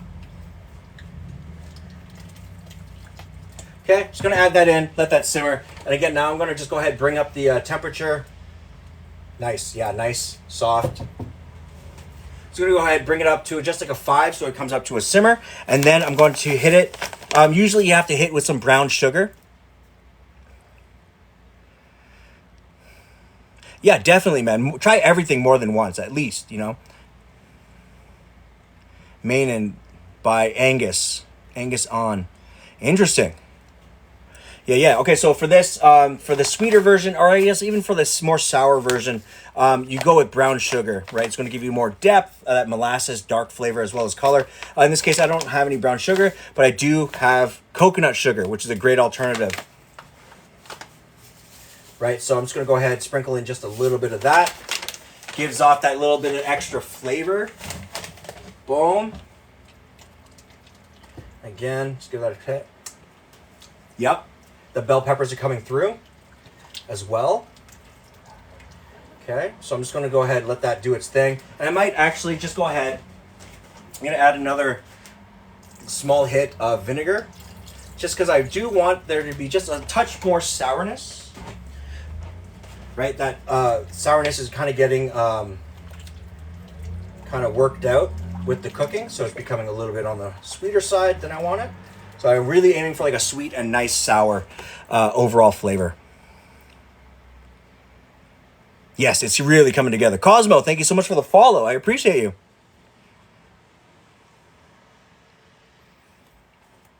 Okay, so now I'm just going to bring this up to a simmer. And leave the cover off. Just leave the lid off. And then I'm actually just going to go ahead and I really love a good thickness, like a good stewy kind of thickness. So I'm actually just going to take a little bit of potato starch. Okay. You can use cornstarch as well, right? If that's all you can have, if that's all you have. Right? Potato starch, you just need, what I like about it is not only for deep frying, you can also just, you get away with a lot less potato starch. Okay, so now I'm starting to get it just to a nice bubble. I'm just going to go ahead, add in just maybe a tablespoon and a half to the thing. We'll see how dense the liquid is once it comes up to a nice. Potato starch best, or is cornstarch best? Me personally, I like using potato starch more than I like using cornstarch. But they're both equally good for thickening as well as for dredging if you want like a gluten-free thing with like a good amount of crispiness. I do say though, if you're going to use potato starch for deep frying, it comes out much crispier than cornstarch. And it stays crispier for longer. Andy Ricketts cookbook? Let me see. Yep. Yes, it is. He's a buddy of Bourdain. Yeah, we found out about Andy through Anthony Bourdain. Okay, so I got my oil coming up very slowly. Yeah, so now this is coming up to a nice little simmer. I think we can go just a touch more on the starch. There we go. Let that do its thing. And again, potato starch, when you make a slurry, it acts and works exactly like cornstarch. If you were to like add it to a stock, it does help thicken it. It maintains this wicked shininess to the actual stock, but you just need a lot less of it. Yes, you found it? Hey, that's the shit. Right on, dude. And a lot of the recipes, they have the ingredients at any of your local Asian food stores, as well as like, obviously, if you go to a grocery store that has a lot more Asian foods, or like they have a more comprehensive Asian food section, they'll most likely have a lot of the ingredients that you're looking for as well. Okay. Boom. Yes. See, now that's what I'm talking about. We're starting to get this really nice coating to the and thickness to the stock. Perfect. Eating potato with cheese healthy in your opinion? In moderation. I mean, I love, again, in our house, poutine is, you know what I mean? It's the shit. You know what I'm saying? It's so good. So, would I say eat that every day? No, but if you are going to eat it, enjoy the shit out of it, but don't go too crazy. Just like everything, right? No one goes out of their way to smoke a carton of cigarettes in a single sitting. You can, and it's been done before, you ain't going to, because hey, you won't feel too great afterwards. And Nancy, thank you so much for the follow. I appreciate you. Okay. Yeah, so we're getting a good amount of that thickness. I'm just going to actually just use up the rest of the potato starch that I had out originally, and that will bring it up nice and easy. So, that's on the go there. Yep, that's the thickness. So it looks more like a nice stew. Like it has, it'll stick. Where did you eat the best poutine? Honestly, Montreal. Like anywhere that you go in Quebec to have a poutine is fucking where it is the best. 100%. The gravy's different. The cheese curds are the shit because they're most likely local or locally sourced, all that good stuff. And the potatoes are fresh cut. You know what I'm saying? Most likely brought in from somewhere like New Brunswick or Newfoundland. Nope, PEI. Is it PEI potatoes? Yeah. Where's I thought Cavendish was Nova Scotian potato. No? I think it's PEI. Yeah, either way, it's an East Coast potato. I highly recommend doing that. Whole potato, not sliced. I mean, to be honest with you, like, are you talking about a baked potato? Honestly, it is still fire. Like, turn that thing into like you make a baked potato soft, boom, slice it, cheese, gravy. Ooh. Where in Montreal? I think the only place that I had it was there was a random deli that was doing poutine, but then I also had poutine at a place called Dunn's. They do the smoked meat. Insane. On Epitome, what am I cooking tonight? Right now, I'm just finishing off a really nice sweet and sour pork adobo. In the back here, I got some really nice seasoned rice. It's a little bit sticky, but it's a curry rice with a little bit of sesame oil and a little bit of that powdered chicken stock, just to add that little bit of extra flavor to the party. All right, so I got that nice adobo just finishing. I'm just going to put it on, it sits on a low so it braises. And then for dessert, I'm doing a banana turon with a little bit of ice cream on top. Salty Nut Sauce, thank you so much for the follow. Love the name, bro. Joseph, what is good? You're back. How's the cooking? We're almost there, baby. You know what I'm saying? We're just about to finish the dessert, get that thing going. And yeah, we're pretty much on the way to plating. Do you freeze potatoes when you get home? Do I freeze potatoes when I get home? Do you freeze when you bring them home? Oh, when I bring them home? To be honest with you, no. I have never thought of that. I usually just have them out. Because we usually go through them pretty quickly.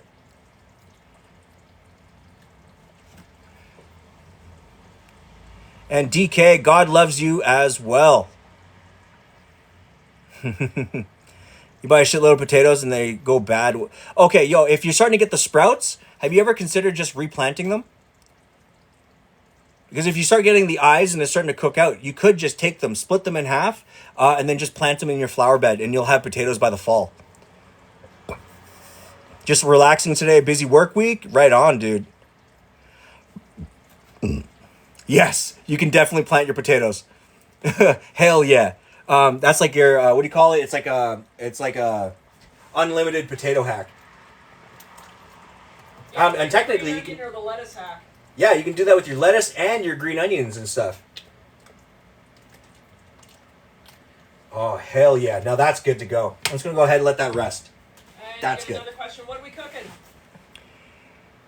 And big, what are we cooking up today, bro? We are just finishing up right now on a sweet and like lightly sour pork adobo, Filipino style, with some nice seasoned rice. So it's curry spices, a little bit of sesame oil, some chicken stock, right? Something just super nice and just umami based, right? Just really help that sodium and umami flavors come through. And then right now I'm about to fry up just a little bit of turon, which is banana stuffed spring rolls, for dessert. And I'm going to serve it with just a little bit of guava cheesecake ice cream. Okay, so I'm just going to go ahead. Keep eggs in the fridge or room temperature? If they are pasteurized, leave them in the fridge.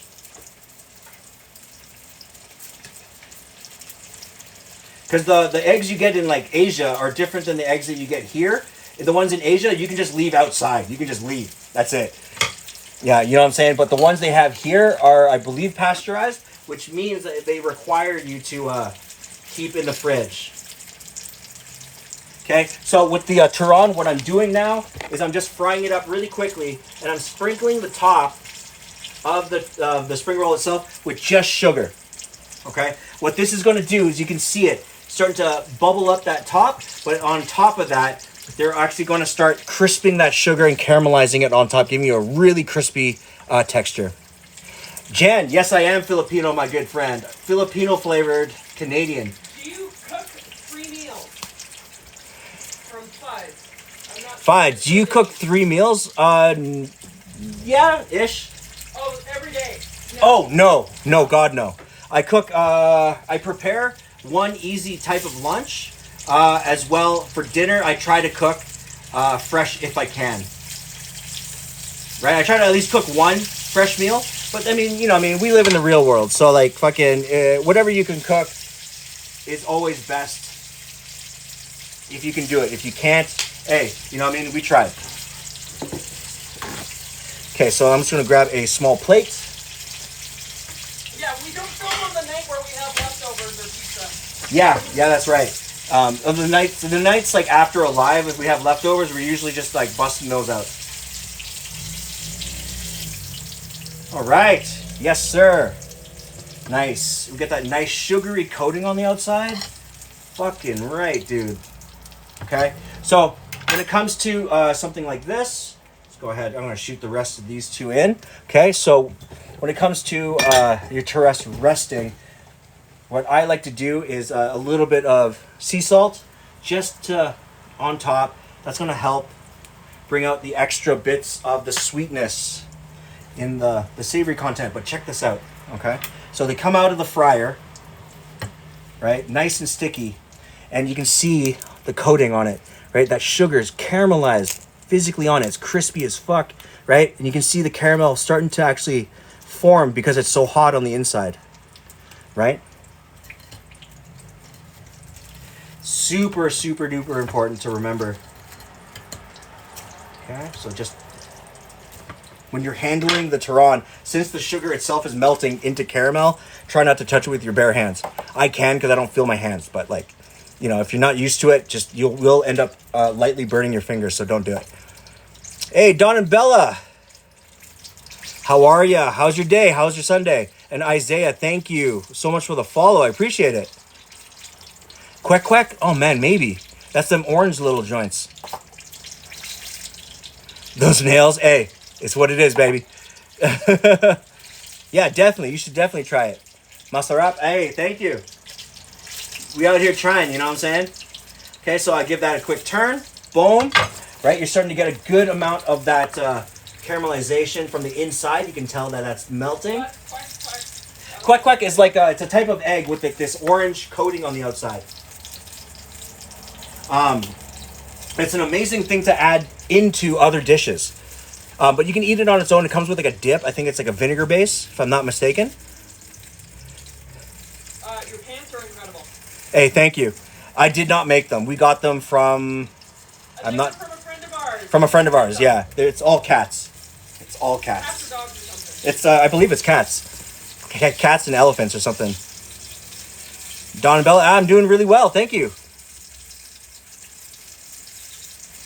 Have I ever had balut? Absolutely, I have. It's not for me. I mean, it is delicious in some respects. It's just sometimes they just let it over. What do you call it? Over ferment, and then you just end up with like more duck on the inside. I'm like, golly, that's really. It's like super metal. It's a hella metal. Okay, so I got my. Dan wants to know if we're in Calgary and they'll make the sauce.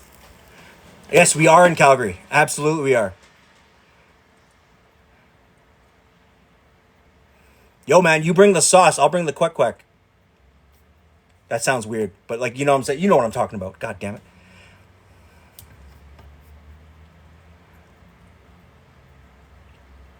I know I don't try to talk about politics too much on my channel, but if I was to choose, it would be Palestine, because we as Filipinos do understand what it is to be colonized. Ghostman, thank you so much for the follow. I appreciate you.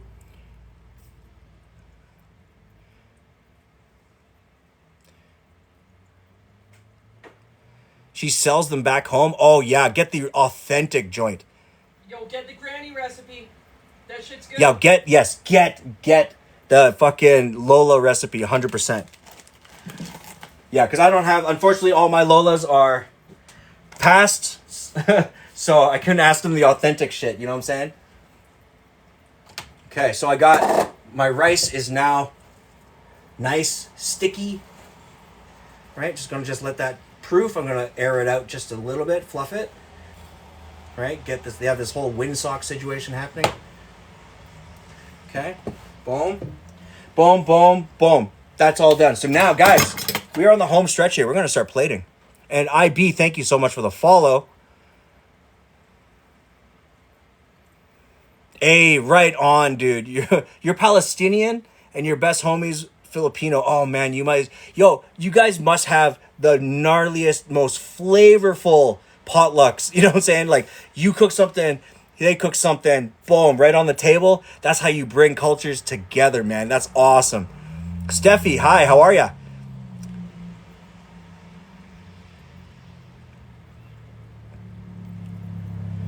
Pakistani, you love, yeah. You know what I'm saying? Yo, I love not being colonized. Yo, yeah. Me too, man. You know what I'm saying? That would be super helpful.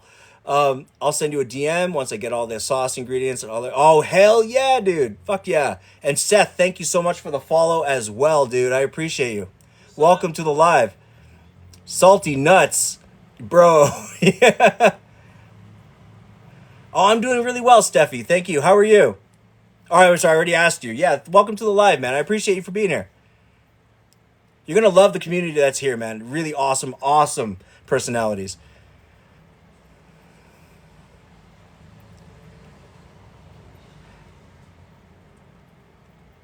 The vibe. The vibe, yeah. Hey, Steffi, thank you so much. I appreciate you, man. And Doc, thank you so much for the follow. I appreciate you. Welcome to the live. You're going to love the people that are here, man. Oh, that's awesome, dude. Jan, man, thank you so much for being here, man. And Kels, thank you so much for the follow as well. Guys, welcome, man. We're just building the greatest community that we can on TikTok with some really great fucking people. You know what I'm saying? People that love food. People love not just food, but like the food community, food culture, all that good shit. You know what I'm saying? It's all about building that trust. All right, so. Out here to have a good time. Yeah, man, we're about that good time. Except for Stampede, because I hate cowboy cosplay. That's not my thing. All right, so I'm going to go ahead and start plating up on the... Actually, you know what I need right now? What I am missing. I almost forgot. Solid high five? No. I forgot. Tradition. Green onions. You got to have green onions to go on top of the adobo. Yes, Kelly wants to know if you turn the oil off, it's still bubbling.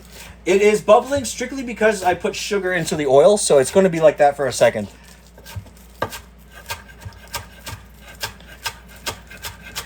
Yes, but it is relatively hot. What I do is I just let that thing bubble away until the sugar itself kind of calms down, and then I just strain the oil after the fact. Okay, so I'm just going to go ahead, bust out these green onions. All right, and then with my green onions, I'm going to go ahead and keep the white parts. I'm going to use this for another recipe. All right. God, I almost forgot about my green onions. Fuck. Alrighty. Boom. That's in. All right, let's go.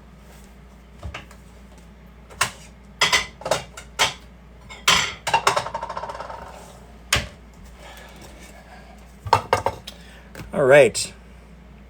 Hey, but Kelly, thanks for the lookout, man. I appreciate it. Yo, Jan, thanks so much for the shares as well. Okay, the name of the food is pork adobo on spiced seasoned rice, like a curry rice. And then for dessert, I am doing a nice, delicious banana turon, right? Nice caramelized sugar on the top. So what that is a banana spring roll. I'm going to use a little bit of guava ice cream on top of that to finish it. Yo, hey, I've started a lot of different fires, even at like the age of 14, using the deep fryer. You know what I'm saying? Any moose steak? Nah, son. Unfortunately, I can't get my hands on moose steak because I don't believe it's hunting season for that right now. Yo, guava ice cream. Yeah, it's legit. It smells good. Texturally, it's amazing. And it's a locally produced item as well, which is awesome.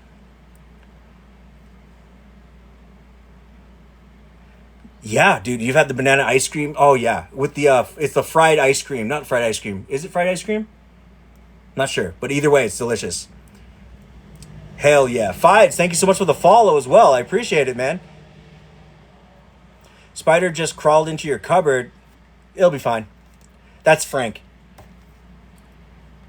He takes care of all the flies and the extra things. So in return, we just don't fuck him up. Go get yourself some moose, bro. Go get some moose. Hey, man. Miyagi. After rule, just go get yourself some moose. All right. Well, I mean, shit. All right, I'm gonna be out there with a fucking straight up just a knife in a frying pan. So, wish me luck. You Mr. Miyagi. Is it the hair that gave me away? Like my mad locks that make me look like Mr. Miyagi's like older cousin, Frank Miyagi, or is it Harold Miyagi? Oh man, yo, moose meat is fire though. I'll be real. Yo, hey, Ghost, you're right, man.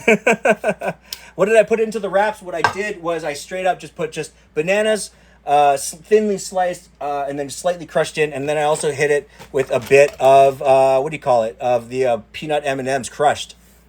Am I a fast swimmer? Medium. Demanding snacks, slaps on the chest. It's true. It's true though. All right, folks, let's go ahead and let's plate this motherfucker. All right, so I have some nice seasoned and curried rice that I had just allowed to proof, and I just aerated it just a little bit once it was done. I did add a little extra water to it to make it a little bit extra sticky, right? Because the stickiness will really help with the adobo stick to the actual plate, or stick to the rice. Okay, nice. And now it's been allowed to sit. It's gorgeous. It's soft. Oh yeah, yeah, fuck yeah. Okay, and of course, especially if you're Filipino, it's all about sabaw, which is the sauce. Make sure it has a good amount of sabaw into the rice. Makes everything juicy. Okay. So then, what I'm going to do is, I also have a bag of the, what do you call it? The Indonesian, Malaysian fried onions. So just add a small pinch of this. We'll add that little bit of crunch, right? Hit it with just a little bit of that green onion. Adobo on deck, guys.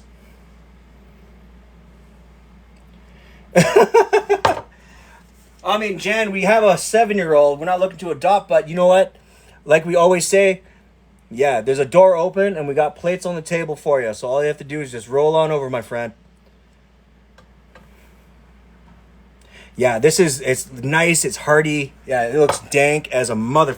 Again, super easy recipe, super hearty, and it's one of those things where you could, if you're doing meal prep, you can just flat out have this in a 1 liter container, like one of these, right? Put them in your freezer, defrost them as you need, okay? Okay, just grab a nice little spoon. Yeah, and that's pretty much it. So if you'll just excuse me, I'm going to throw this at my lovely wife. She's been waiting, so I'll be right back.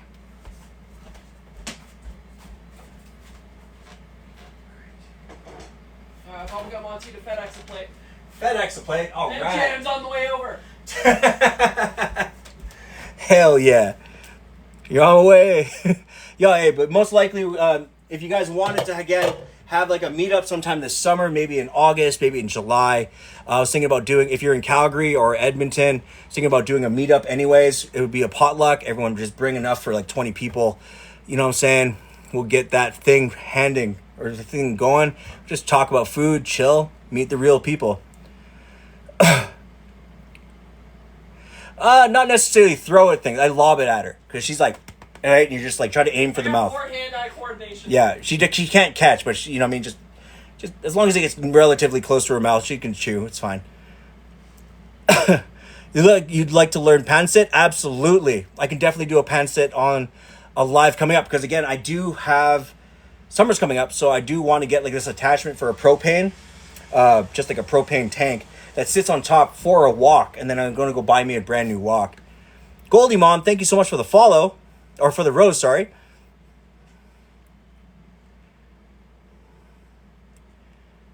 Oh man, get some fucking schedule from Jan. Send me, yo, absolutely. And user wants to know if you're going to rip some whiskey shots after dinner. I mean, are we supposed to get that fucking? I mean, we can. We have some peanut butter whiskey. Peanut butter whiskey and this fucking Turon would be fire.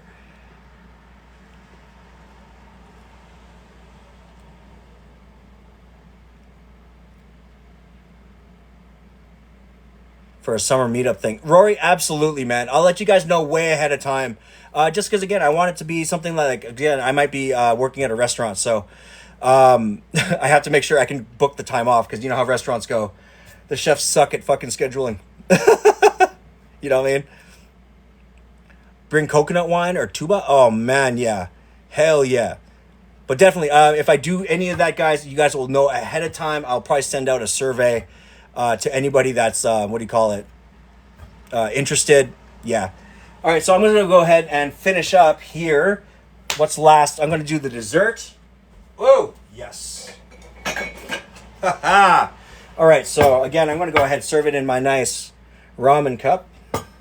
All right, so if you guys look, now it's had the chance to chill, right? All that heat on the inside caramelized lightly, right? And that's awesome, right? So just a little bit of paper towel there. I'm going to pull that off. Paper towel adds flavor. Yeah, it's just a little bit, but it's awesome. It's crispy, it's caramelized. So for that, what I'm going to do here is I'm going to go ahead and just give it a light crush. All right. Some of that banana came out, so I'm just going to throw it to the bottom. Right. Get that crunchy bit in there. Okay. You're plating it off camera. Oh. Okay. Okay. And again, this is supposed to be just like a lighter dessert, nothing too crazy, because again, that adobo is just going to hit very heavy. So you don't want the heaviest thing on the planet weighing you down afterwards. Are you a restaurant chef from Jan? Am I yes. Yes, I've been working professionally as a chef for approximately a little over 25 years now. You're a stay-at-home dad right now. Yeah, currently I'm just a stay-at-home dad, just doing my thing. Right, trying to find a way to do food without actually having to do kitchens. Like work at a, what do you call it, just like a regular ass restaurant for some weird old douchebag.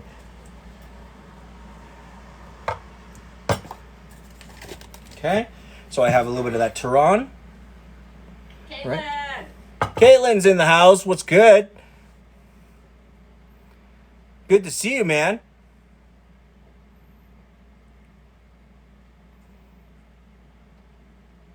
Too fast enough. Yeah, I know.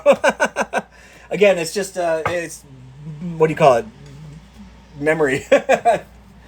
All right. So again, when it comes to the Turon, especially even like with things like guava, right? A little bit of caramel on the Turon. Okay. And then I always, with caramel, you got to hit with just that small pinch of sea salt. Right? That helps. Oh, Caitlin! Hey, Caitlin, thank you so much for the roses. I appreciate you.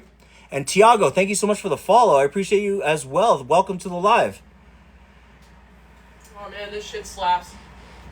Yeah, it hits, eh? Yeah, it slaps. Oh, shit.